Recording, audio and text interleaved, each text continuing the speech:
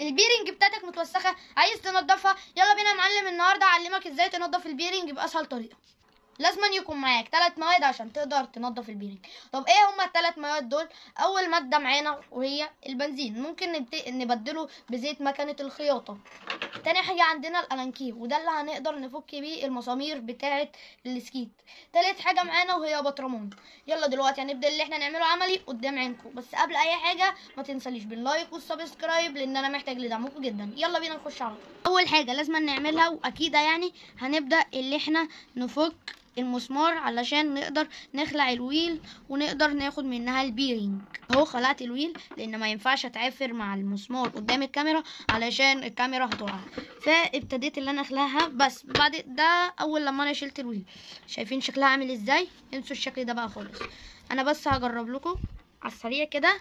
ممكن تستبدلوا البنزين بزيت مكنه خياطه، هما الاتنين زي بعض، وممكن تعمل بالاتنين تأكيد. بصوا تبدأ اللي انت تدخل الالانكي هنا، تبدأ اللي انت تشد. هي بصوا فيها صعوبة شوية. اول حاجة بيكون عندك 2 بيرنج في السكيت، واحدة هنا واحدة ورا من الناحية التانية، وبيكون عندك دي في النص ما بين البيرنج اللي على الطرف والبيرنج اللي على الطرف الناحية التانية. فاول حاجة هنعملها نشيل بس الحاجات دي كده عشان نقدر ننضف البيرنج. نمسك البيرنج نبدأ اللي احنا نحركها، اهي هنلفها ونمسك التانية ونلفها عشان لو فيها رملة او تراب تطلع براها. وبعد كده نجيب الفوطة نلمعها، وبعد كده نجيب البطرمان. طبعا انا مش عارفه ازيره كله لان البطرمان اكبر من طول الكاميرا، فهبدا ان انا اجيب البطرمان وازازه البنزين بتاعتنا. وخلي بالك وانت بتعمل البنزين عشان ما يدلقش، تدلق شويه. طبعا احنا مش هنستخدم البنزين ده كله، ده هو يا دوبك بنستخدم شويه اهو. تروح تقول لحضرتك اللي بتاع البنزينه عايز ب10 جنيه بنزين، هيديك شويه ادوك كذا مره.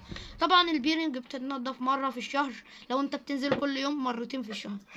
فهنبدا اللي احنا نحط البيرنج هنا جوه البطرمان، نحطها ونحط دي. طبعا ما حدش يشيل دي لان دي بتبقى متشحمه، فما حدش يحطها في البطرمان لان انت لو حطيتها كده هي باظت. كده احنا حطينا الاتنين البيرنج اهمت. نبدا ان احنا نجيب الغطا ونغطي. بعد ما حطينا البيرنج هنا هنقعد نقلب فيها كده بالراحه عشان لو قلبنا جامد هتدلق علينا. فاحنا ايه على هادي بنقلب، وعلى هادي عشان البطرمان ما يتكسرش. فهو انت ما حطيتش اللايك انزل حط اللايك والسبسكرايب والمتابعه. طبعا هتفضل تقلب فيهم بتاع 10 دقايق كده، مش 10 دقايق بالتحديد، 5 دقايق على حسب ما انت تقدر. تفضل تقلب فيهم ايه شويه كده، شويه حلوين يعني عامه. وبعد كده نبدا اللي احنا نطلع منها. المرحله الثانيه اول حاجه تبدا تمد ايدك تطلع البيرنج وما تخافش مش هيحصل اي حاجه. تمسكها وتفضل تطرطشها جوه عشان اللي فيها ينزل. تفضل تلف فيها كده،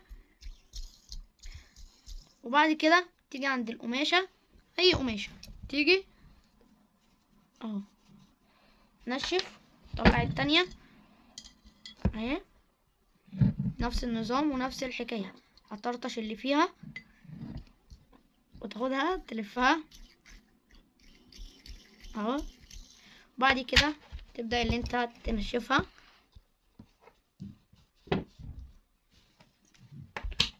وقبل اي حاجة تجيب الويل تبدأ تنضف من الاطراف، تدوس قوي عشان لو فيها شحم من جوه ما يتشالش لان الشحم بيكون لازم اهو. حضرتك ما ينفعش تعملها بميه خالص لان حضرتك هتبوظ البيرنج، او لو غسلتها بميه هتبوظ الويل. ده طبعا ما ينفعش خالص لان انت كده هتبوظهم. وهي دي الحاجات اللي احنا نقدر ننضف بيها الويل. طبعا ممكن تجيب القماشه تحط فيها ايه شويه بنزين، جاي منضف كده الويل. تبدا اللي انت من بره اهو كده انت برضك نضفت الويل. المرحله اللي بعدها بتجيب الويل، تجيب البيرنج تلفها لفتين تاكيد تشوفها هي ايه تلف حلو ولا لا. لو ما لفتش حلو حطها مره كمان. ولو عايز تاكيد هات زيت مكنه خياطه واعملها على مرتين. بس هي الطريقتين ناجحه. اول حاجه هتمسكها وتدوس عليها تدخلها. لو هي بقى رخمه شويه وبتعافر معاك حضرتك ممكن تحطها على الترابيزه وتدوس عليها. انا اهي مش رخمه الحمد لله اهو. ببدأ ادخلها واحدة واحدة. بدخل البتاعة اللي في النص دي جوه هنا. بصوا عايزين ننزلها كده اهي بالظبط. بعد كده بتجيب البيرنج التانية وتحطها اهي. تبدأ اللي انت ايه تدخلها واحدة واحدة.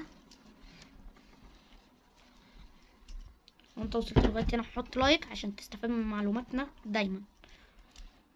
وعايزك تقولي ايه رأيك في الإضاءة اللي انا عاملها. كده تمت العملية بنجاح. ركبناها تقدر تلفها.